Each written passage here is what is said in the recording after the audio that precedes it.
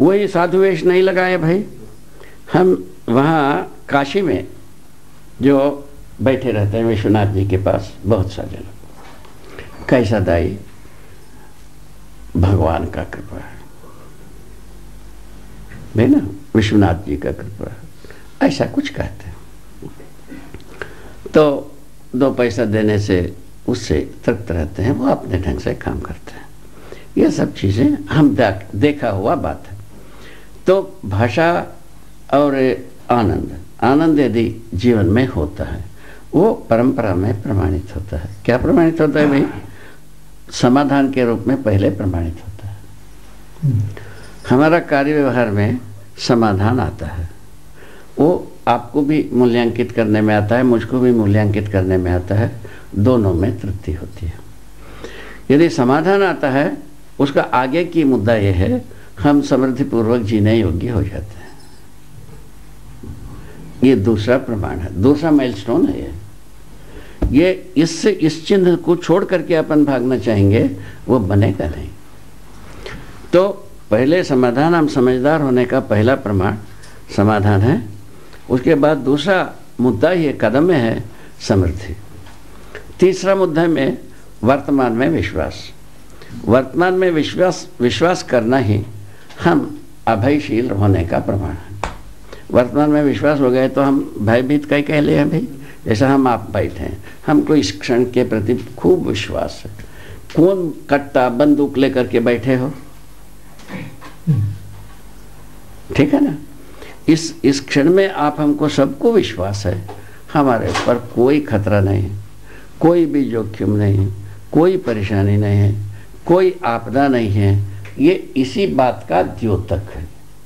ये वर्तमान में विश्वास को रखे रहना, ये अपने आप में समझदारी का एक वैभव है, सिद्धि है, चमत्कार है या वैभव है, कुछ भी आप कह सकते हैं।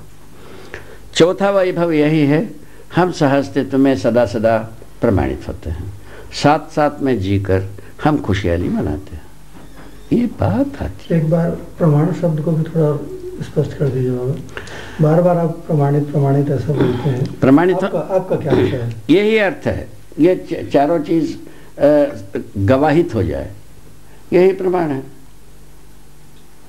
हम जीने का प्रमाण यही है, ये चारों चीज को हम गवाहित करते हैं। अभय, समृद्धि, समाधान, एक ये हो गया, ये पूरा का पूरा मसाला। ये हुई किसका आवश्यकता है? ये पूरे के पूरा मानव का अपेक्षा है। ये एक हुआ समझदारी का एक प्रमाण। दूसरे ओर साहब जीवन से जुड़ी हुई है समाधान। अभय भी माने वर्तमान में विश्वास भी जीवन से जुड़ी हुई है, ठीक है। सहअस्तित्व में जीना, खुशहाली मनाना, ये भी जीवन से जुड़ी हुई है। और शरीर से जुड़ी हुई क्या चीज़ हो गई? केवल समृद्धि हुई। शरीर के लिए समृद्धि चाहिए, जीवन के लिए तीनों चीज चाहिए। इस प्रकार से क्या हुआ, जो जीवन की 3 पैर, शरीर का 1 पैर मिल करके मानव का 4 पैर। क्या हो रहे, क्या हो गया जुगाड़? क्या हो गया? जीवन का तीनों वैभव सीधा सीधा और शरीर के लिए 1 वैभव मिल करके चारों वैभव के साथ मानव परंपरा सुखी रहता है। यहाँ है क्या प्रमाणित होने का फल है? यह समझदारी प्रमाणित होने का फल है। इसमें हम सहमत हो सकते हैं कि नहीं हो सकते हैं, ये सोचने की मुद्दा है। ठीक हो गए? यदि इससे हम सहमत होते हैं तब अपन एक निष्कर्ष निकाल सकते हैं, अंतर्मुखी बहिर्मुखी का प्रमाण व्यवहार में ही है और कहीं प्रमाण नहीं है।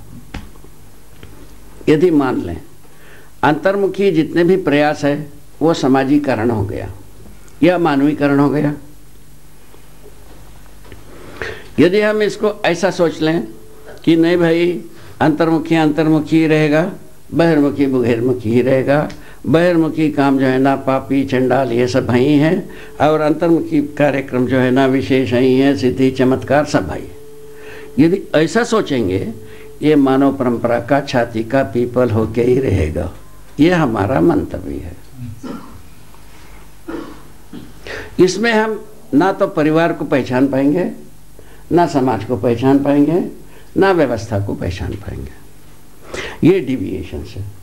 यदि इसको एक जगह में लाकर सार्थकता बनाना है, ये हमारा जिम्मेवारी है आज वर्तमान के बुद्धिमानों का, बुद्धिजीवियों का, इन दोनों को एक जगह में देखने की तौर तरीका, इसकी आवश्यकता, इसका प्रयोजन, इन तीनों दिशा में हम प्रमाणित होने की आवश्यकता है। इन तीनों जगह में यदि हम टिक पाते हैं तो वर्तमान के लिए हम उपयोगी हुए, नहीं तो इस वर्तमान के लिए हम उपयोगी नहीं है। आप ये मानिए। तो इसमें उदारता की आवश्यकता। अभी तक के इतिहास के अनुसार अंतर्मुखी विधि से क्या क्या घटित हो,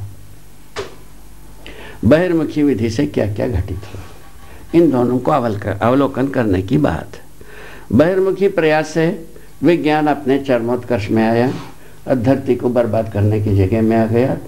माने संपूर्ण संकट से अपन घिर गए। इसमें संकट जो है ना, एक मुट्ठ में, एक मुश्त में सबके ऊपर एक सा है।